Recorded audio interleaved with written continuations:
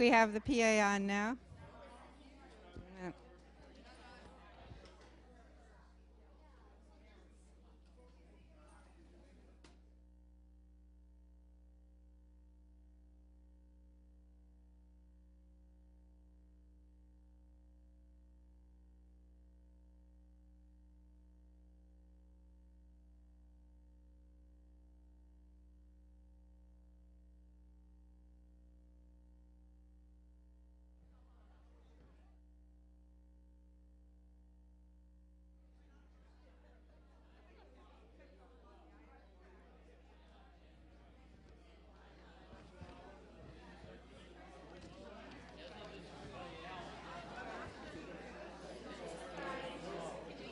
Testing, 1, 2.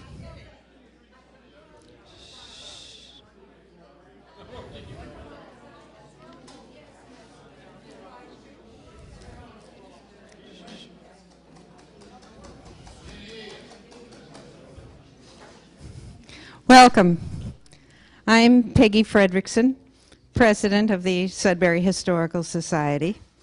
The Society is a private, not-for-profit corporation dedicated to helping people appreciate Sudbury history. We're supported by memberships, donations, and sales. After the program, there'll be refreshments, and during that time, you'll find some interesting new things at the sales table. And we'll be awarding a door prize, just for fun. And on the television monitor, there'll be a video showing the fire at Mill Village, which you'll remember.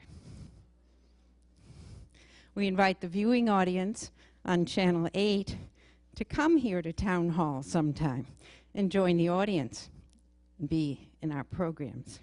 Some of our very best programs are like today's, by a citizen who has a special interest and shares their knowledge as a service to the community.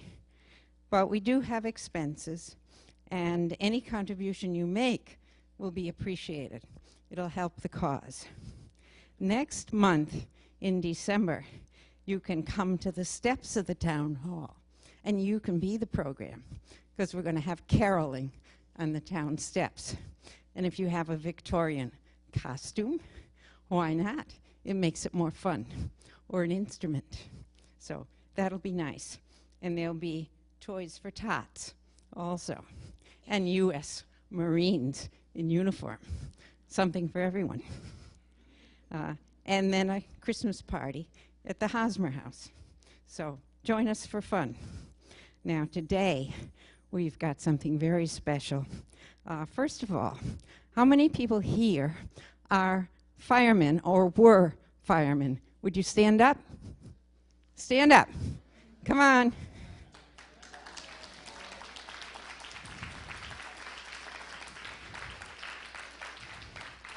Thank you. And how many people here are members of the Cutler family? Stand up.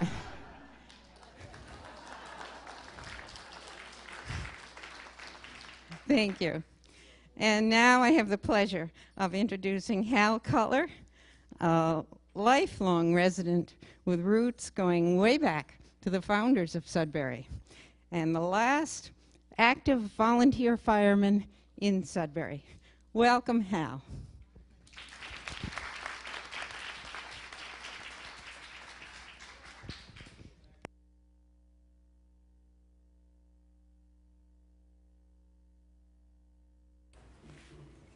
Here we go.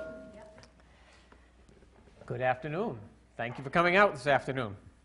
Pardon me if my radio talks a little bit. The guys are out on something right now. Not our guys that are still here, but they're not neglecting their duty. Only part of the department's out on something. We've all heard the term friendly fire and hostile fire in descriptions of actions in the times of war. Well, we in the fire protection community use those terms to describe the good and the bad that can be associated with fire.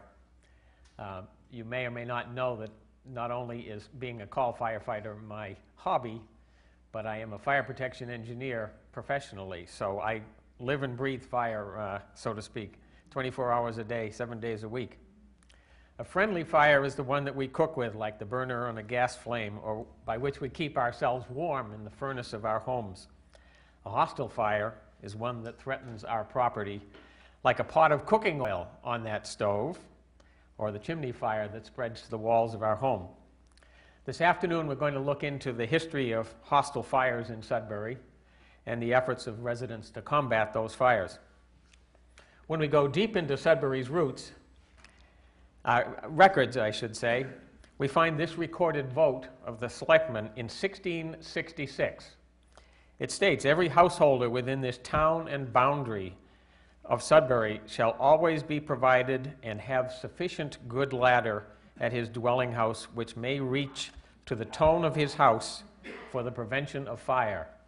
Needless to say, chimney fires and fires caused by sparks coming out of a chimney onto a roof, some of which were thatched roofs, was a major fire problem in colonial days, and this was one of the efforts taken to make sure it wasn't a problem, it didn't destroy somebody's house and somebody's neighbor's house. The objective of this bylaw, of course, was to be sure that a homeowner and his neighbors had the basic equipment available to put out a roof or chimney fire that were common hazards in colonial America.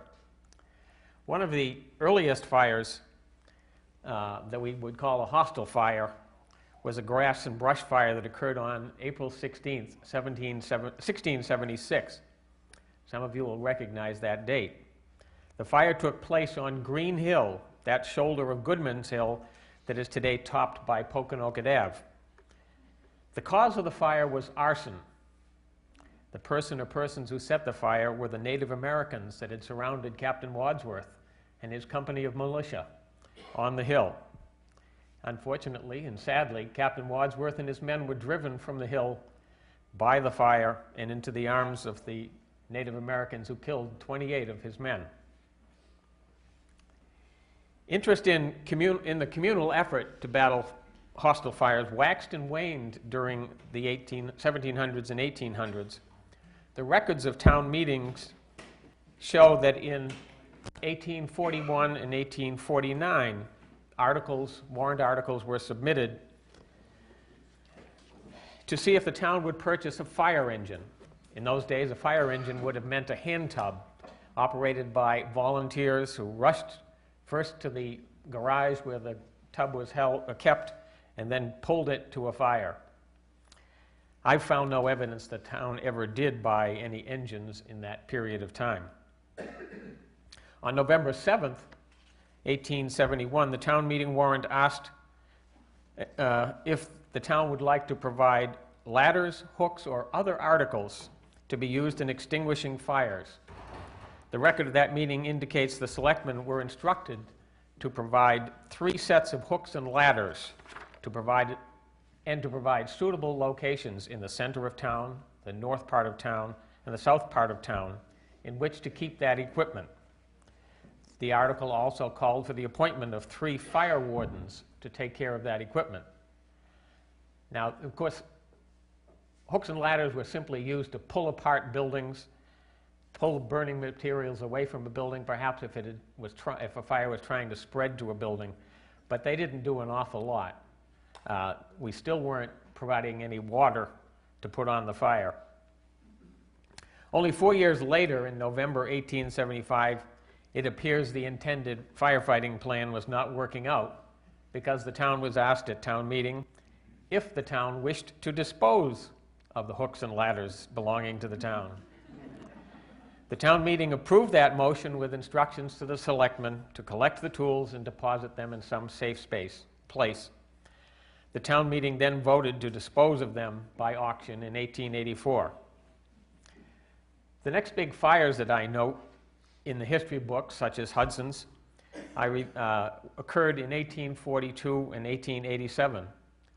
Both destroyed stores operated by the Hunt family on the Boston Post Road at the corner of Concord Road. An interesting note about the 1887 fire is that at the November 1887 meeting of the town approved the payment of $150 to the Framingham Fire Department for the expenses of the steam fire engine and the men at the fire of October 14th, 1887 in South Sudbury. Apparently the fire at Hunt's store seemed threatening enough and lasted long enough that the townspeople asked Framingham for help. It's likely that Framingham responded with a steam pumper from the mill area of Saxonville and probably pumped from one of the mill ponds that still existed in South Sudbury. Wadsworth Academy, once the site of the present Memorial Congregational Church on Concord Road, Lower Concord Road, was the next victim of a fire. It burned in 1880. According to Kurt Garfield's History of Sudbury from 1890 to 1989, the fire was started by young Seneca Hall when he was trying to smoke a skunk out from under the building. Those of you who are familiar with Sudbury's history know that Seneca Hall was Sudbury's police chief for 43 years. 11 years later, the town was asked in a town meeting warrant if the town would build a schoolhouse in East Sudbury to replace the one destroyed by fire on September 20th, 1891. So there were still fires around, and there was still nobody putting them out. During the late 1800s and into the early 1900s, the town did appoint fire wardens, and according to town records, paid for firefighting services of some townspeople when the need arose. A plaque on the wall at fire headquarters lists the names of the fire wardens from 1884 until 1930, when the department was formed. The research to identify those individuals was done by Captain Jack Helms. Unfortunately, my limited research concerning that period, I've only found these statements in the town reports that money was spent for the purpose of firefighting, but no description of the activities of the fire wardens or those employed by him were provided. It's most likely that these were activities related to forest fires and brush fires that certainly plagued the town in those days. In fact, if you stop to think about Sudbury, certainly before telephones became present, how would you have known about a fire at your neighbor's house or in your neighbor's forest? You'd have seen the smoke from a distance because there was no means of communicating, perhaps except the ringing of bells or, as we know from April 19th, 1775, the firing of muskets. And we've all heard that more recently. The destruction of notable buildings in town without intervention by a fire department continued well into the 1900s. The new Hunt store, shown here on the left in this slide, fell victim to fire in 1922. This was the scene after the fire at the corner of the Boston Post Road and Concord Road. You can see Bradshaw's store in the background, and off to the right there, behind a tree, the Kidder House. Both of those will reappear in our stories. The interesting thing about Bradshaw's store is that it apparently was scorched by that fire, and I cannot imagine who put this fire out without a formal fire department in attendance. I would love to know how that worked out. In the early 1900s, Dad's Place was apparently a popular spot in town, both as an ice cream shop and as a dance hall. It was located where Sky Restaurant is, now located on the Boston Post Road at Old County Road. Here's what it looked like after the fire that leveled it in 1925. Needless to say, burned to the foundation. Now, while we're at it, take note of the barn in the background, that huge barn that belonged to Aubrey Borden. It's going to reappear in another one of my pictures. The Evangelical Union Society Church on Concord Road, opposite Goodman Hill Road, looked like this about 1900. It had been the home of the Congregational Church from the 1840s until the 1880s. By 1920, it had fallen into disrepair, and as seen in this slide, was quite neglected. It looks like the steeple's gone from the top of it, needs a coat of paint. Anyway, it burned in 1925. And if you note, when you look at this, you see how the sloped lawn up to the front of it, but the sides of the basement foundation are exposed. If you look at this house opposite Goodman Hill Road on Concord Road, you can see that same arrangement of the foundation, the sloping lawn up to the front door and the exposed side of the foundation on both left and right and at the rear. These two major fires of 1925 apparently got the attention of the town because a committee was formed called the Fire Committee to make recommendations to the town about protecting the town against these hostile fires. The committee was chaired by Stephen Gray and included William McDonald, Albert Beckwith, and Herman Austin. A report from the Fire Committee in the annual town report for 1926 recommended the purchase of a pumping engine at a cost of $8,750. As often happens in town meeting forms of government, a lot of questions must have been asked and left unanswered when the article was considered. Additional study and recommendations related to how the new engine would be manned and housed were apparently the primary concern. As a result, a second report of the Fire Committee was issued in 1927. This report called for a formation of a call department to man the fire pumper, the formation of a Firemen's Relief Association to provide support for the firemen in times of need, the development of some water supply points such as ponds at which the pumper could draft, and finally the creation of a fire alarm system using the telephone system and possibly a siren, an electric siren. Even the strong and very specific report of the Fire Committee did not stir the town to action. That was evident in 1930 when this building, the town hall itself, was destroyed by fire on February 5th, 1930. That building stood across the common from here to the right side of the First Parish Church. The fire began in the mid-afternoon while members of the Sudbury Women's Club were in the building, including some names you old-timers will recognize: Mildred Talent, Esther Elms, and Ruth Eaton.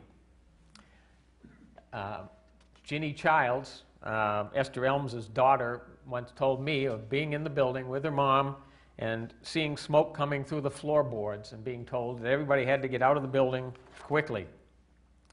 Some of the townspeople were able to re-enter the building and rescue some records and books and artifacts, but the building was destroyed before firemen from Sudbury, Wayland, Marlborough, and the Wayside Inn brought it under control. I have no idea who Kurt is referring to when he talks about firemen from Sudbury or what equipment they used. We do know that the Wayside Inn had some means of firefighting. The engine that we have outside is perhaps a second engine, because that's a 1938 Ford. But before that, Henry Ford had apparently taken provisions for protection of the Wayside Inn. And we all know and last year toured Ford's Folly, his attempt to create a water supply in the area of the inn by constructing a dam on the side of Knobscott Mountain that refused to hold water and didn't do any good in that regard. But clearly, Henry Ford was ahead of the town of Sudbury in terms of his wish to protect his complex of buildings down at the Wayside Inn from fire.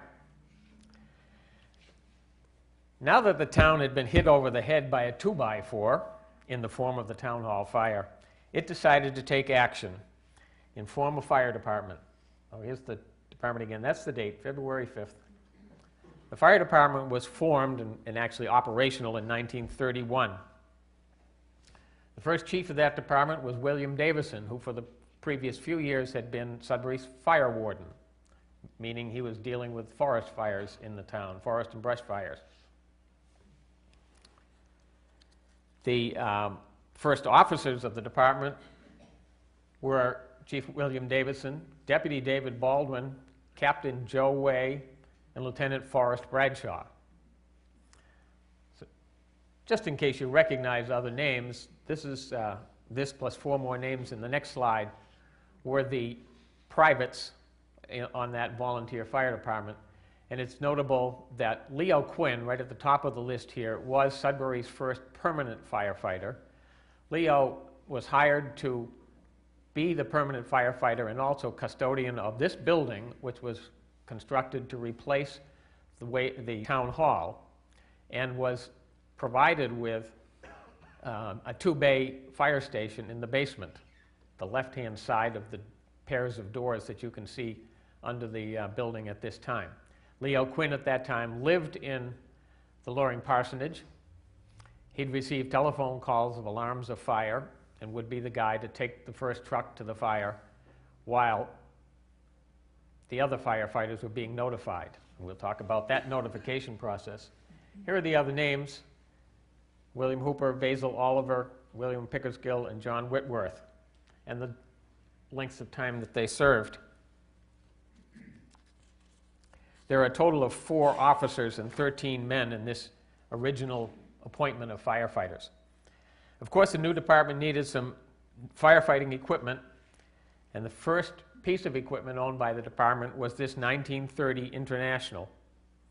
I couldn't find the statistics on it, but it didn't carry much water, probably 100 gallons of water. It could probably pump 300 or 500 gallons per minute if there was a good pond to draft from. Of course, if there wasn't a water supply around, that 100 gallons didn't last very long. In 1931, the town also purchased a Model A Ford that was not equipped initially with a pump, but was used to carry equipment and manpower to fire scenes, including portable pumps and hose, especially for the brush fires that they experienced so frequently in early Sudbury. A pump and tank were installed on that vehicle later on. The station, of course, was this door that we're looking at here, the double width door on the underside of the town hall that had been built into the town hall plans when plans to reconstruct the town, or create a new town hall. It wasn't reconstruction because, of course, it moved across the common to this location.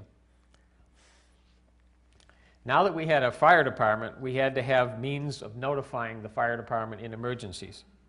This is where Gladys Tye and Lawrence Tye come into the picture. The Tyes operated Sudbury's manual telephone exchange beginning in 1922 and lasting until 1954. The switchboard was located in the Tyes' home on the Boston Post Road opposite the current telephone exchange building and next to the Wood Davison house. This is how the building looks today. If you want to go by and say, I remember that house, that's the one that had the telephone exchange in it. Here are the Tyes at the switchboard in 1954, a few years later. No doubt the switchboard has been enlarged from the 1932 version. This was taken from a newspaper article about the demise of the manual telephone system in Sudbury in 1954 when the switchboard was replaced by that modern invention, the dial telephone. A little bit of trivia about dial telephones in Sudbury. The 443 number designation, the preface, if you will, comes from Hilltop. All of the, as a way of reminding people what their numbers were. HI 3 was Hilltop. The HI was the Hilltop. Those are the letter designations for the 4-4. And numbers. The numbers were, many of the numbers were picked up based on the numbers that were assigned to people on the old manual system. That's why the guys in the fire department probably know, and many of you others know, ours is 2525. Betsy's and my home phone is 2525. We were number 25 on that old manual system operated by the Tyes. And they simply doubled it to make it easy for people to remember who they were calling. From 1931 to 1947, the Tyes or their assistant operators relayed fire calls to all of the individual firemen, one at a time.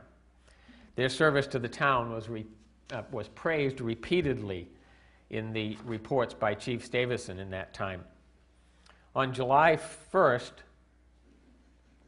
1931, a new siren was placed in service and proved as a valuable means of alerting firefighters when they were away from their phones but still within earshot.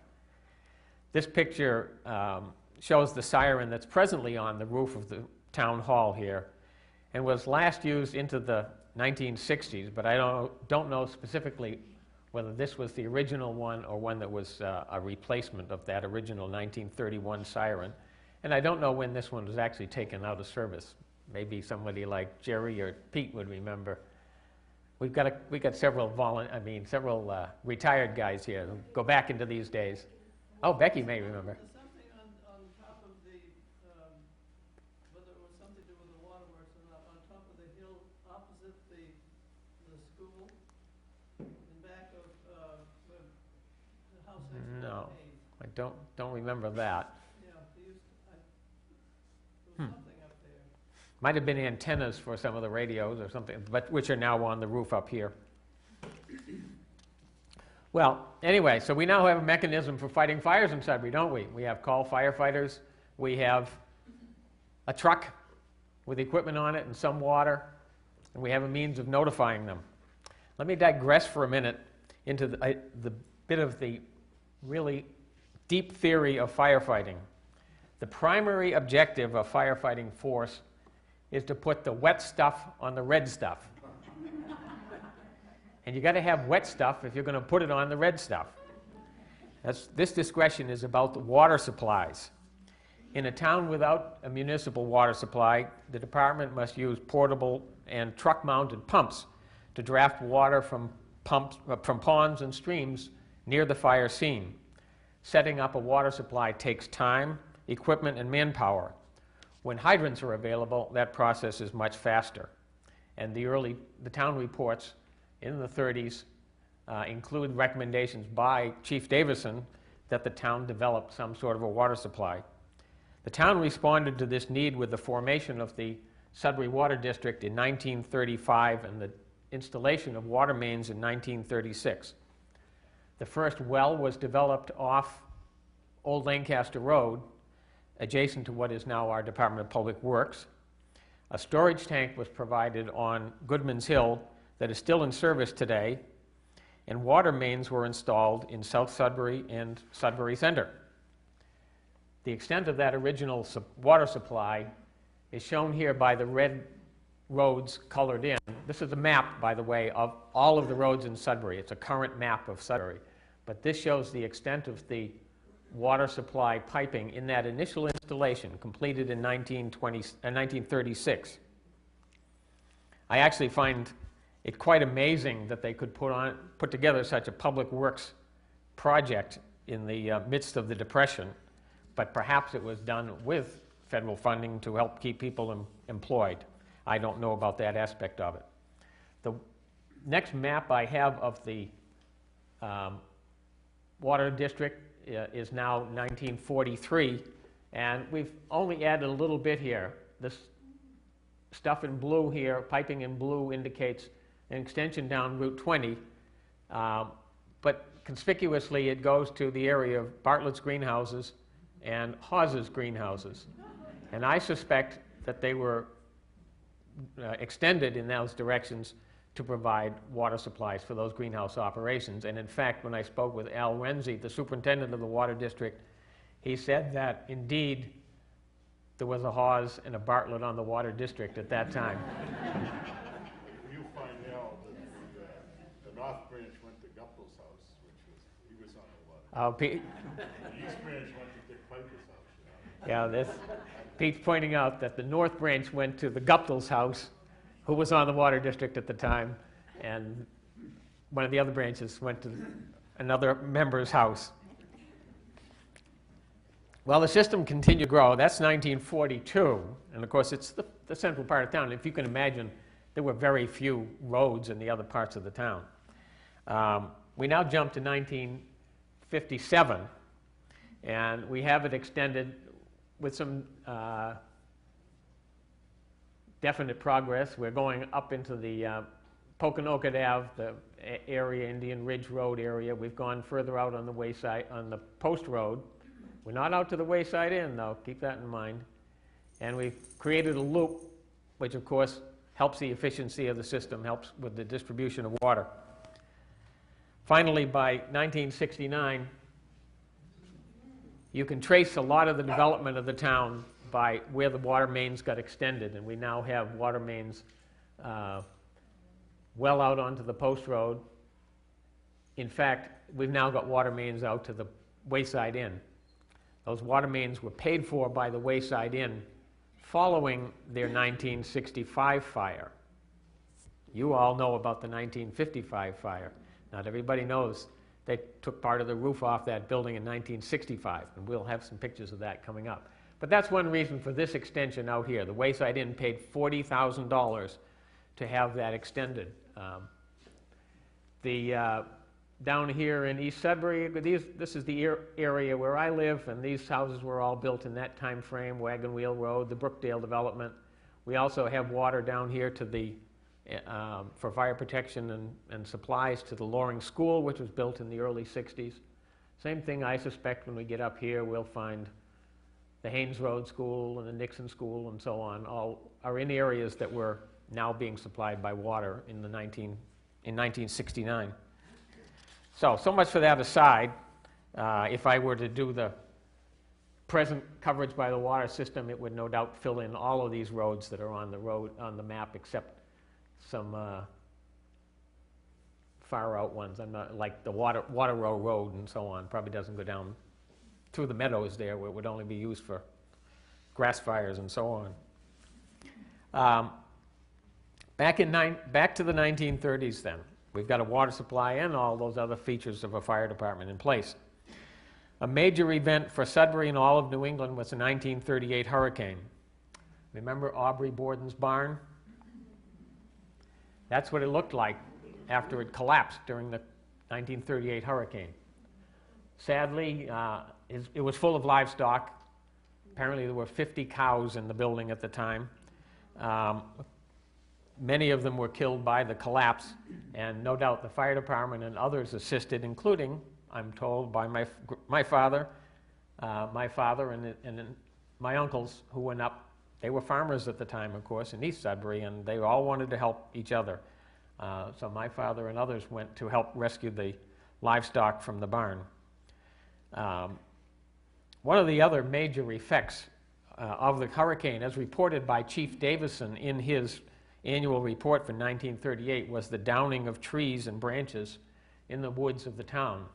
And this caused him to be quite concerned about the threat of forest fires. But he also reports that the CCC, the Civilian Conservation Corps, sent many, many workers into Sudbury to help clean up those forests and remove a great deal of that debris, reducing, therefore, the fire threat resulting from those, from all that stuff that came down in the hurricane. Just jumping to 1942, this picture was labeled 1942. It's the 1930 International, still in service and being displayed in a parade, probably the 4th of July parade. And it's on Concord Road. There's the old post office that sat in Sudbury Center, which is and now where Heritage Park is located.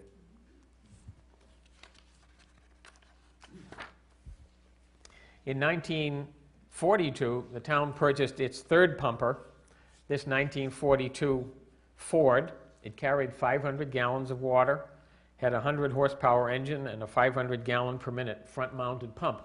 It's underneath the blanket there to keep it warm in the cold months of winter. It was a significant improvement in the firefighting capability of the department, especially the ability to carry that much water. In 1946, the fire department celebrated, if you will, the installation of a new radio system that brought the police and fire departments to the forefront of emergency communications in the United States. That system had several major components. These components are illustrated by these pictures from a Boston Globe article about the system shortly after it went into service. First, there was a base station located in the basement of the town hall. Here's Chief Davison using the radio to communicate with other radios on the system. In the second slide, we see then Police Chief Meissner holding the microphone in his, of the mobile radio in the police cruiser. And finally, the fire chief's cruiser was also provided with a radio. And finally, Leo Quinn, Sudbury's first permanent firefighter, is here in one of those old trucks, ready to use the radio that was installed in the trucks. Obviously, the ability to communicate between the vehicles of the police and fire department was very important. Probably, however, the most important component of the new radio system was the radio installed in individual firefighters' homes. This allowed all of the men of the department to be simultaneously alerted to a fire incident. The radios were to receive alarms of a fire broadcast from the base station in the town hall or from a remote console in Leo Quinn's home over at Loring Parsonage. These were not ordinary radios, however. They were tone alert radios. That is, they could be set to have their speakers normally turned off and therefore silent. That meant the call firefighters and their families didn't have to listen to the routine, non-emergency radio messages of the police and fire departments. When there was a fire or other emergency, the dispatcher, Leo Quinn in those days, would use their base station to send a tone to the radios in the homes. According to Kurt Garfield's history of Sudbury, that tone would turn on the sound amplifier in their home radios. Normally, the radio, think of the radio as having the receiver. By the way, I should have pointed out, there's one of those babies right over there. That's not your local transistor radio, as you can tell. It's a pretty good-sized machine. Think of it as having two basic components. One is a radio receiver, and another is an amplifier to sound the voice, or make the voice announcements. The radio receiver was on at all times. When a tone was sent out by the fire department, by the base station here, the radio receiver sensed that tone and turned on the amplifier side of the system. As described in Kurt's book, after a 15-second delay to allow the vacuum tubes to warm up, those home radios would spring to life, and the dispatcher could make his announcement of the fire location and other relevant information. That was the call firefighter's clue to respond to the fire scene. Today we have the components of that radio packaged in this little package right here, thanks to integrated circuits. And with the help of Lieutenant Rennie, who's going to come up here, we're going to show you how that works. I've put this radio on tone alert, so it shouldn't make any noise while Lieutenant Rennie calls the dispatcher and asks for a demonstration of the box tone. Y'all through the filing?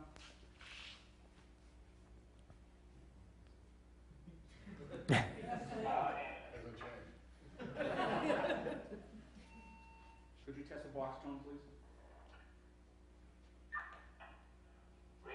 You hear him over there, but you Testing the box tone. This is a test only. Test for the box. you'll hear the tone over there first.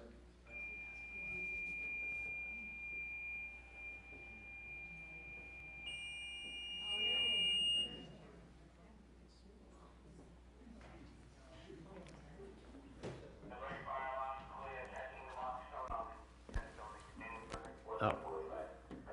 I didn't have it turned up very loud. You heard the tone anyway, and it was giving it a voice. Thank you, Lieutenant.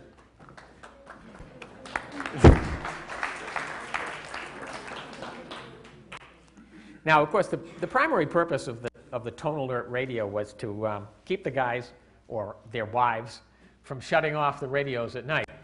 And the fact of the matter is, many of these guys, and I know others, could probably relate to that. I've had guys say to me when they came on duty at 8 o'clock in the morning, I didn't know there was a fire last night.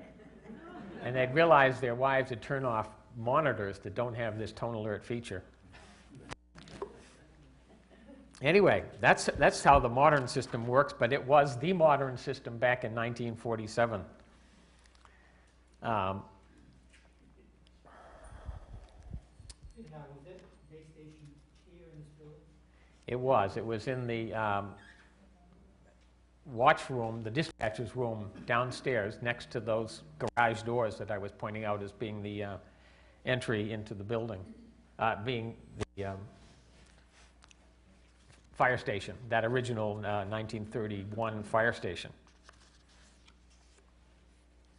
The equipment involved here, I meant to do this, was so new that Sudbury became the featured story of this advertisement by the Federal Communications Company, publicizing the fact that Sudbury's volunteer fire department was the first in the nation to have this technology.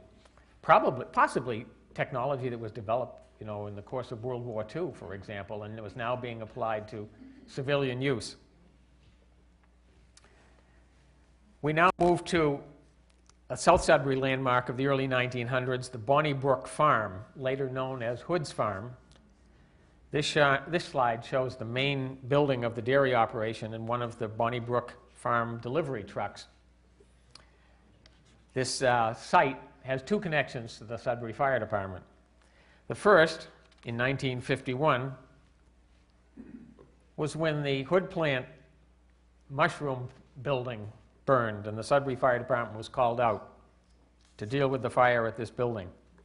The second connection is that the Hood Farm was purchased by the Raytheon Company and is now the site of the Raytheon facility in Sudbury, and part of that site became the site for our Station 2 on Route 20 near Star Market Plaza, Shaw's Plaza.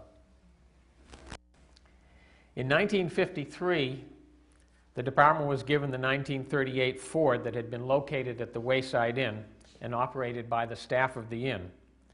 In this picture, we see Chief William Davison, Lawrence Tye, who was then a call firefighter, but probably representing the Board of Selectmen in this picture, and another gentleman that perhaps Lee can tell me who it is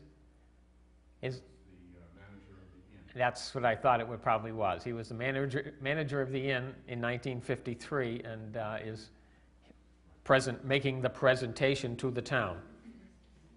I'll have to get his name from Lee sometime. 1953 also saw a changing of the guard at the Sudbury Fire Department.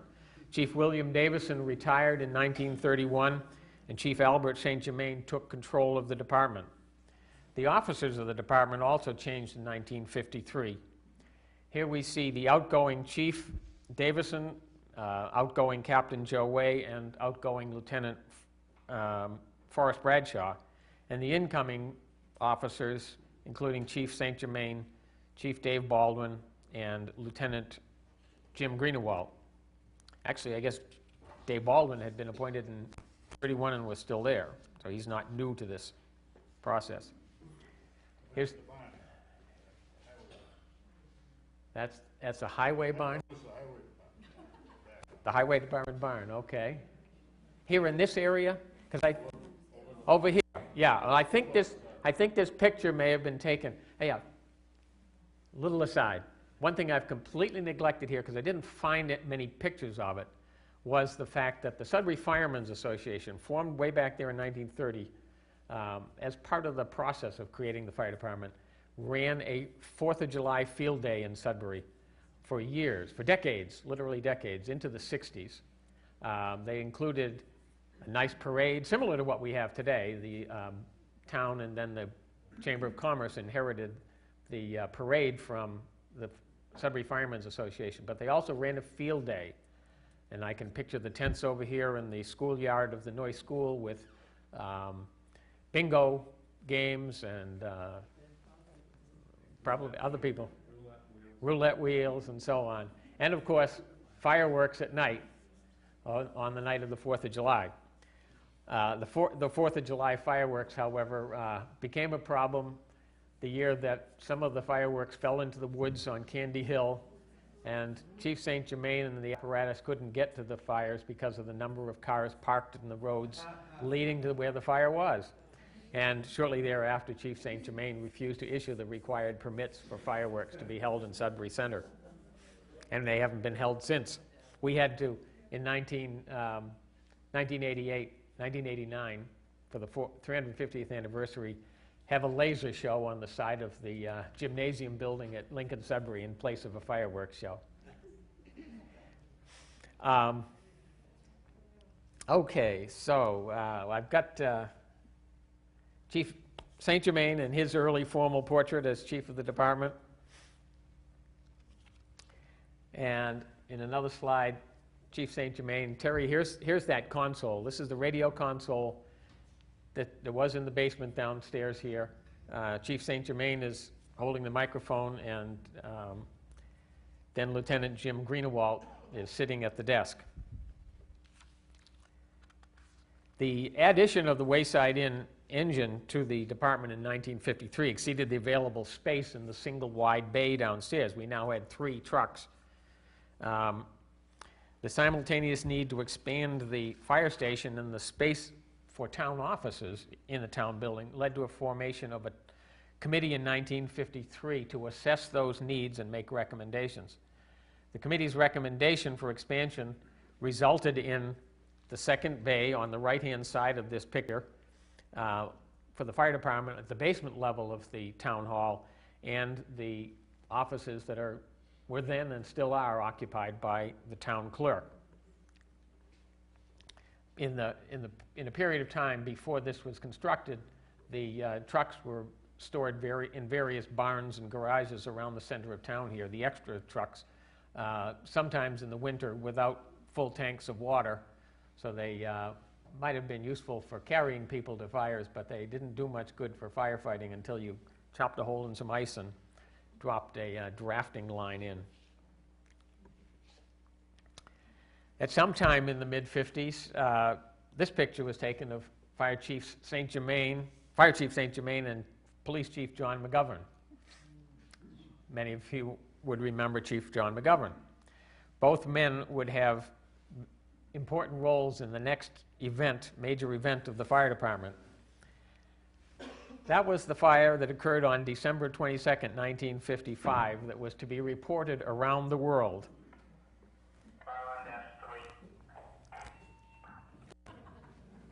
You have to tolerate this. You're here to hear about it, right? You're hearing it live. The Wayside Inn of 1955 was an accumulation of additions to the original home of David Howe, built around 1700. Major additions by generations of the Howes and by Henry Ford had brought to the inn in 1955 to the same general size and shape that we see today. This was the scene in the early morning hours of December 22nd, 1955, as recorded by Police Chief John McGovern, who had as a second job being a photographer. He photographed my sister's wedding, for example. Chief McGovern was to record many dramatic pictures of the inn, while Chief St. Germain, of course, was commanding the fire ground. The fire progressed slowly through the inn, beginning in the back wing, spreading to the west side wing, where these fellows tried to control it, but without success, of course. Considering the lack of water, a municipal water supply in that area, the difficulty of having to chop through more than a foot of ice on Josephine Pond, the pond that's at the back of the Wayside Inn, it's pretty amazing that the Sudbury department, assisted by mutual aid companies from Marlborough, Framingham, Wayland, and Concord, did not lose the entire building. In fact, they stopped the progress of the fire in the east wing in the old kitchen.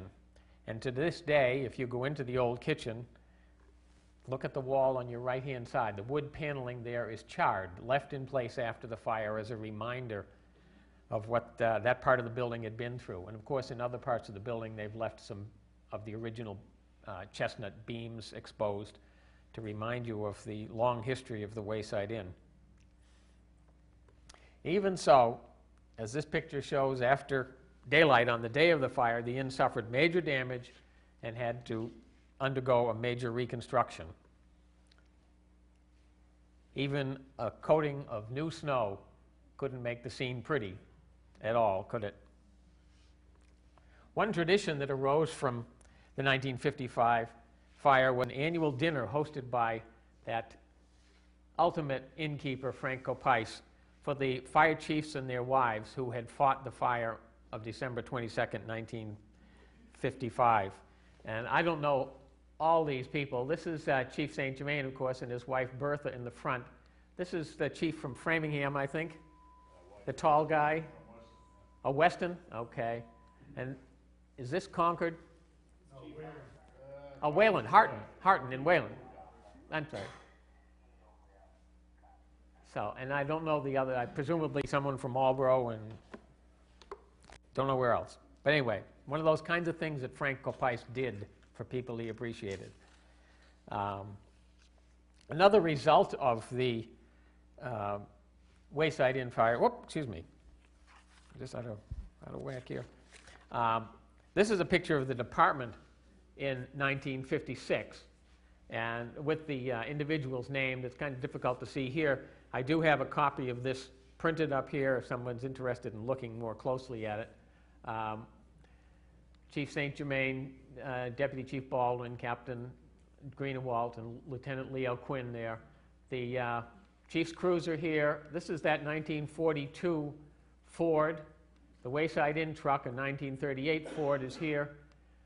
You see the front of a 1947 International that had been donated by Interstate Oil to be a tanker for the town and was used by the town for many, many years. It carried 800 gallons of water, which is another substantial quantity of water. Some of the guys were known to use that sort of like a brush breaker, as I recall, in the woods. Nothing stopped them. And then, of course, over on the far right-hand side, the old International and the Model A were still in service in 1956. Just think about using a car for 26 years. You wouldn't do it, would you? That's what the fire department had to do.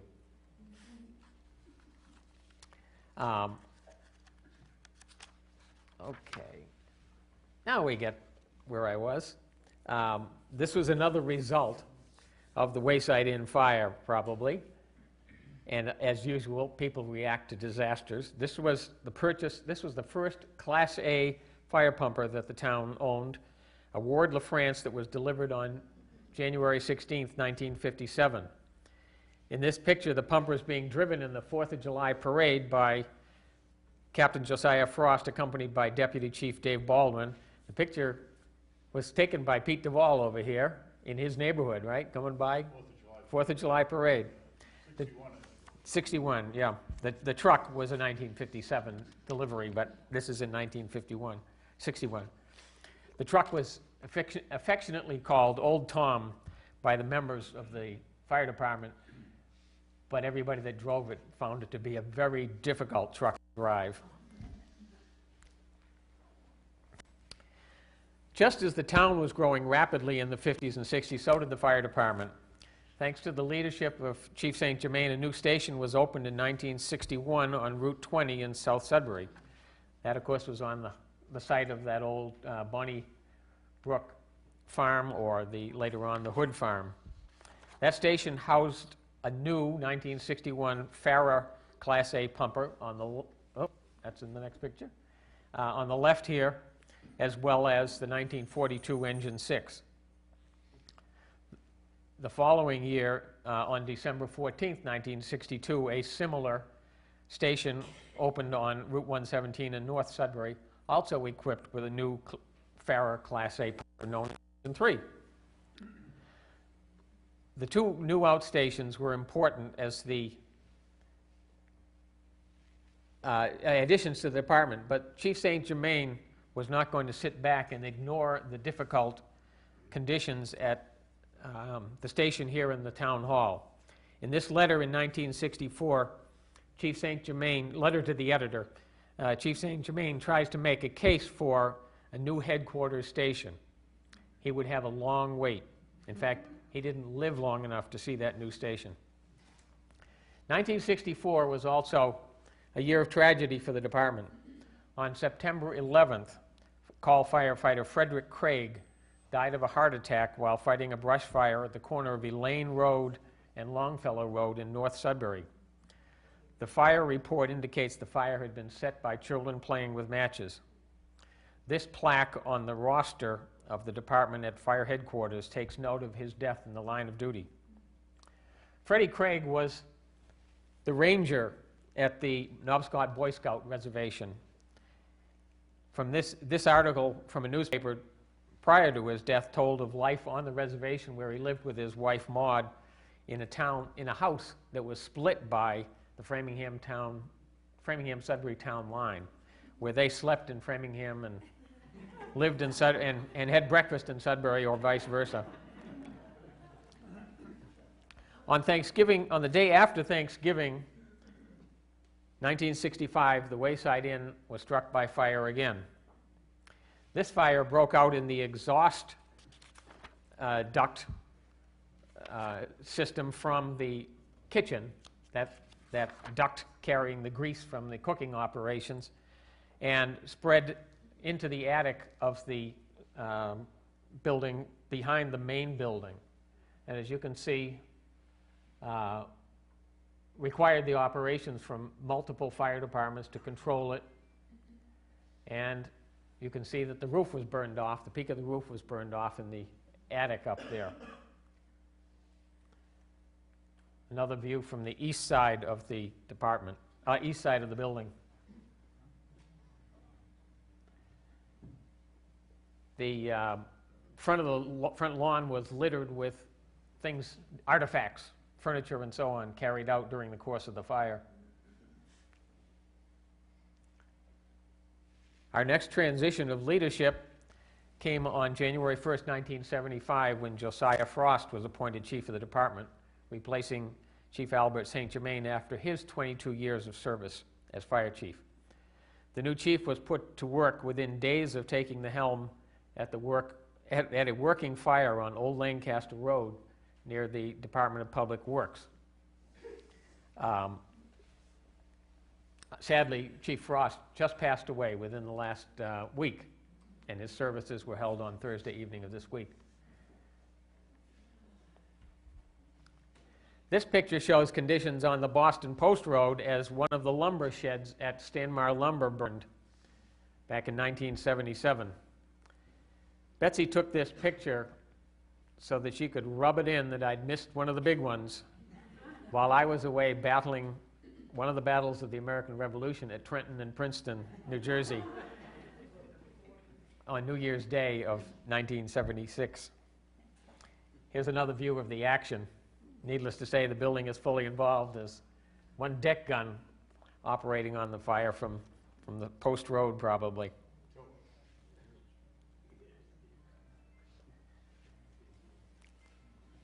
Chief Frost retired in 1983 and was replaced by Chief Michael Dunn.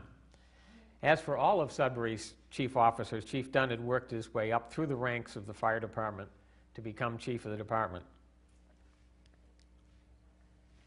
In April 1991, the department fought this fire off Rolling Lane, which is off Jarman Road and off Horse Pond Road. I've included this house fire among the more notable commercial building fires that I've been talking about to point out the dangers that are present in any of the fires that we fight here in Sudbury. In this case, before the fire was fully under control, the floor collapsed under two firefighters, dropping them through the floor into the basement of the building. Fortunately, the fire in the basement had been knocked down before they entered that part of the first floor, and they escaped without serious injuries. As an aside here, let me point out that the department has a prearranged signal for evacuation of a fire building. That signal is the sounding of an evacuation alarm on the portable radios that each member of the department would normally be carrying when operating in a building. In addition, the officer ordering the evacuation would have the air horns on the fire trucks at the scene sounded. That was the case at Rolling Lane after the collapse, so that a head count could be taken and all personnel on scene accounted for. I'm sure the civilians on the scene thought that the Queen Elizabeth was coming down the street when those air horns were sounding.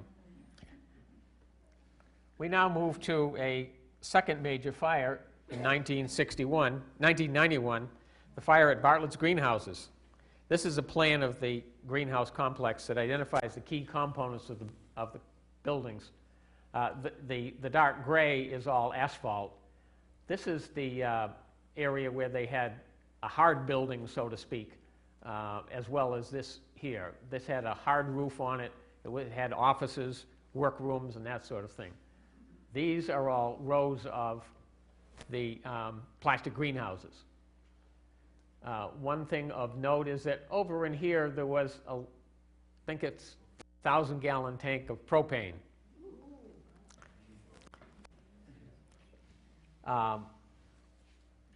Some of the fire department operations that time were aerial operations, in this case by Framingham platform. There's another view on the side. This is the front building that still exists today, but the fire did enter that building. These were some of those office areas and workrooms that were totally destroyed. The fire, in this case, started because of a welding operation by some of the Bartlett's Greenhouse's employees, and it spread on the underside of the roof of that building, which was made up of translucent fiberglass panels. Here's the guys getting ready to make entry into that front building to finish it off. You know, that's nice black smoke. That means there's still active fire inside that building. You'll see some more of that stuff in other pictures later on. This is over on the east side of the complex. Bill Stone's barn is beyond here. This is engine 2. Steve Rennie and I were there. I was operating this deck gun. And one reason for putting that water over there was that 1,000-gallon propane tank. 3 or 4 times during the course of the fire, that tank vented. All propane tanks have vents on them to keep them from rupturing and spewing their contents all over the place. They have a vent that will, if you will, create a safe release of the pressure in the tank before the tank itself explodes. Well, this one vented, creating a column of fire. It looked like a thin one, a big fat telephone pole, probably 40 feet high, and with a roar that lots of people reported as an explosion. And it did it 3 or 4 times. And you better believe that gets your attention when you're standing out there, because if a tank like that blows up, there's going to be shrapnel everywhere. We were thinking of that, and we were trying to keep it cool here. And eventually it did. The safe devices did their thing. The tank did not rupture. The gas bled off safely while it was under fire exposure.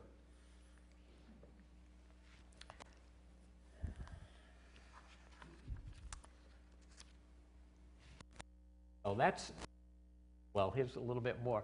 This is interesting. I did this to show where the fire departments operated. These are different Sudbury Ladder 1, Sudbury Car 1.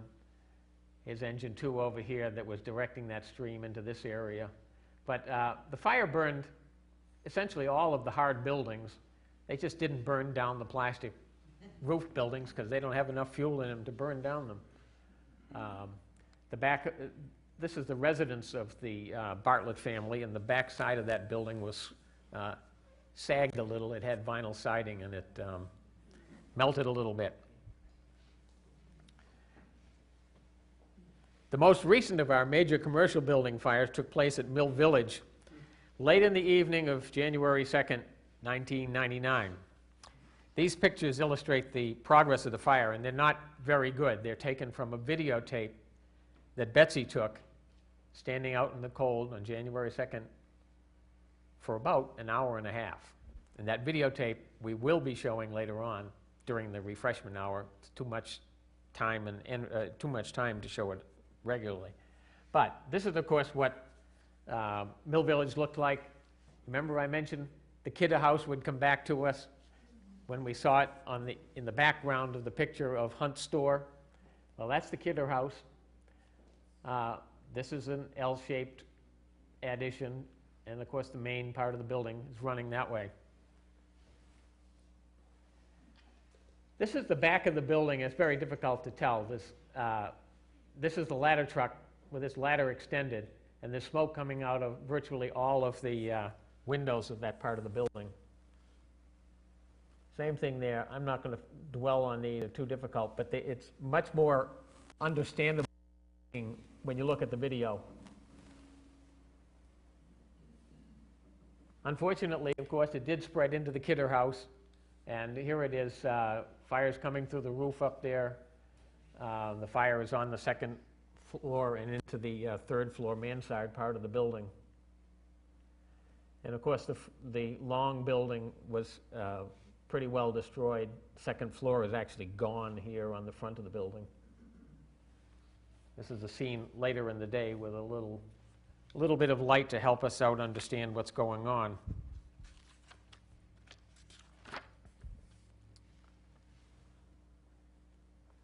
And that's the scene, certainly the next day.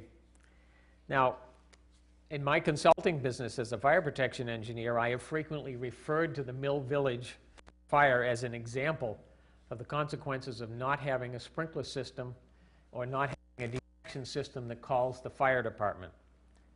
The best thing we can say for the detection mechanism for the Mill Village before the fire was that it had an intermittent fire detection system. I call it intermittent because the police patrolman who discovered the fire only drove through the back parking lot intermittently during the night. It wasn't until he saw smoke coming from the eaves of the building that anybody realized there was anything going on. And by that time, the basement where the fire had started was well involved. The fire was spreading up the walls of the first floor into the walls of the second floor and was already causing smoke to be issued from the eaves of the building. It was well beyond the capability of the fire department to stop it at that time in that part of the building. So much for big fires. Another picture of Mill Village. 1992 finally saw the dream of Chief St. Germain for a new fire headquarters realized when the station opened on Hudson Road. And one reason we refer to Chief St. Germain's dream is because it was he who had the foresight to get the town to purchase the land upon which the station was built, even though it would be many, many years before the station would be built. The department had occupied the Town Hall Fire Headquarters station for 60 years.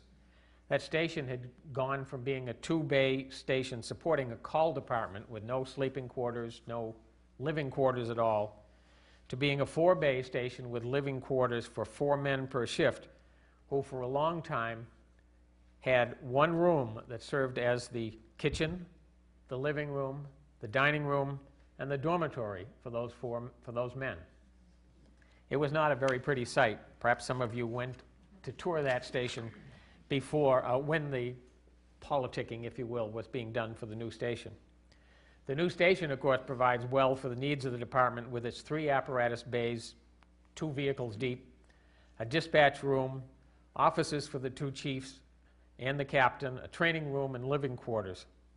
Some of you may be asking, does it have a fire pole? Yes, it does. It does have a fire pole, and when responding to an emergency, this brass pole provides for a quick descent from the second floor living spaces to the apparatus floor 1.5 flights below. Not everybody uses it because there's a parallel, if you will, stair, but it does get used. I've got 2 more pictures of fire trucks. First is Ladder 1, a combination ladder and pumper manufactured by Emergency One that went into service in 1999. This truck is called a Quint because it has the 5 basic components required of a fire truck: a tank of water, a pump to move that water, hose through which the water moves, ground ladders that have to be put into service manually, and an aerial ladder that is hydraulically operated. Because Ladder 1 has all of the equipment, all that equipment, it is especially useful for this department, which operates with small on-duty crews and must rely on callback of permanent and call firefighters and mutual aid departments when they have a serious firefighting operation to mount. We see Ladder 1, Chief McLean came along here. Chief Dunn is retired. Chief McLean worked up again through the department and was appointed in 2005. I guess I eliminated that picture. I had a picture of Ladder 1 in use just last Friday morning. Not a heavy-duty use, but getting the guys safely to the roof of a building to check out a chimney problem or potential chimney problem. Sudbury's newest truck is Engine 2, which is parked outside if you care to take a look at it. It's a 1,500 gallon per minute pumper that's quartered at Station 2 on the Boston Post Road. This truck carries 970 gallons of water, plus 30 gallons of foam concentrate for firefighting when there are flammable liquids involved. When mixed with water, that foam can combat flammable liquid fires that might result from a tank truck accident or even a spill from an automobile accident. Well, this wraps up my presentation about Sudbury's fire department, its history, some of its the major events in its life. Needless to say, I've gotten information from a variety of sources, and I want to acknowledge them. Hudson's history tells us about early fire problems. Kurt Garfield's history fills in the blanks between 1890 and 1989. Lee Swanson was helpful, letting me prowl through some of the Historical Society records and newspapers. The Goodnow Library had many things online, or excuse me, they're online, but I was alerted to them being online by the reference librarian at the Goodnow Library. So I was able to go online to the town archive to see some of those reports about town meeting articles, warrant articles, and that sort of thing. Laura Scott's Pictorial History of Sudbury had a number of these pictures, such as Dad's Place, and I'm not sure what else. Al Renzi, Water District Superintendent, provided the maps of the Water District development. Ann and Catherine Bradshaw provided some old photographs and their remembrances of relevant people and events. Some of the members of the current members of the fire department and retired members of the fire department have shared their stories with me and have brought up some artifacts here. Bill Semple brought the biggest artifact of all today, old Engine 4 out front, the Wayside Inn engine, and I really appreciate his doing that. Well, where'd Bill go? There he is over there. Thank you, Bill.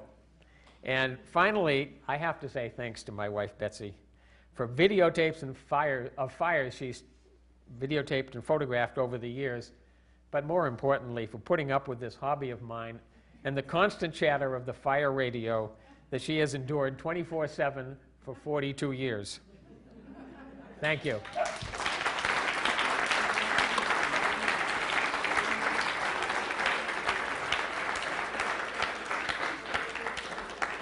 And I hope you notice the extra little bit there. Everybody's told to call 911.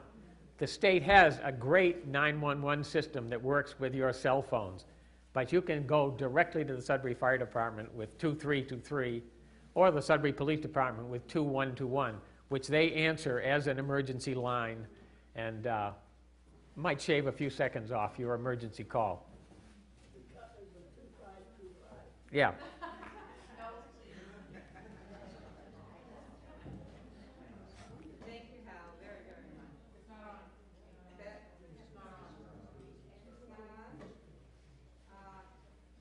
In the room? Well, I'll just talk loud, whether it's on or not. Okay? 911, we have a little book. If there's a little tot in your family and you want to teach them how to call, it's got a siren in it, and it's fun. Yeah, they just played it in the back. For those of you who are planning for Christmas, you'll want to look at the beautiful Ralph Adams Cram book. And remember, donations are what make the wheels go round here. And we've got marvelous refreshments here. So make yourself comfortable and enjoy it all. Thank you.